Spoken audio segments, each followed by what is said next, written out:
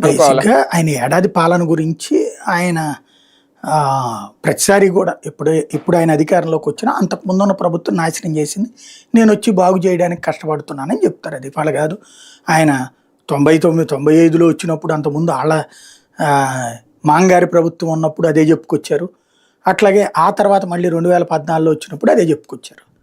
అది అంతకుముందున్న ప్రభుత్వం నాశనం చేసేస్తుంటే బాగు చేయడానికి సేవియర్, తను రక్షకుడు అనేటటువంటి ఫీలింగ్‌ని కల్పించే ప్రయత్నం చేస్తూనే ఉంటారు. జనం దాన్ని నమ్ముతారా అంటే నమ్మరన్న సంగతి ఆయనకి తెలుసు. తాత్కాలికంగా ఇప్పుడు నేను లేకపోతే తెలంగాణ ఏమైపోతుందో అన్నారు. ఆయన లేకపోతే తెలంగాణ ఇంకా అద్భుతంగా ఎదిగిందే తప్పించి ఏమన్నా అయిందా తెలంగాణకి? అదే ఉంటే ఇక అందుకని చెప్పి లేదు లేదు నా వల్లనే తెలంగాణ బాగుపడిందని చెప్తున్నారు. నడుస్తుంది. అది నమ్మేటటువంటి వాళ్ళు నమ్ముతుంటారు. బేసిక్‌గా సమస్యల్లా ఏంటంటే ఆయన చెప్పుకొచ్చినటువంటి ఆయన ఒకటి మెచ్చుకోవాల్సింది ఏంటంటే బాబు గారు ప్రెస్ ఫ్రెండ్లీ, ప్రెస్ డార్లింగ్ అంటారు చంద్రబాబు గారు. ప్రెస్‌తో మాట్లాడతారు, అడిగితే సమాధానం చెప్తారు, మాట్లాడతారు. అయితే ఇప్పుడు కొంత రూట్ మారింది. ఇదివరకు అందరు ప్రెస్‌తో మాట్లాడేవాళ్ళు, ఇప్పుడు కేవలం అనుకూల ప్రెస్‌తోనే మాట్లాడుతున్నారు.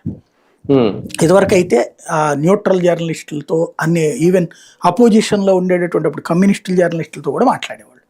అప్పుడు కాంగ్రెస్ పత్రిక కింద ఉండేది ఆంధ్రజ్యోతి. ఒకప్పుడు రాధాకృష్ణ గారు కొనుక్కో ముందు కాంగ్రెస్ పత్రిక కింద ఉండేది ఆంధ్రజ్యోతి. కాంగ్రెస్ పాజిటివ్గా ఉండేది అనమాట.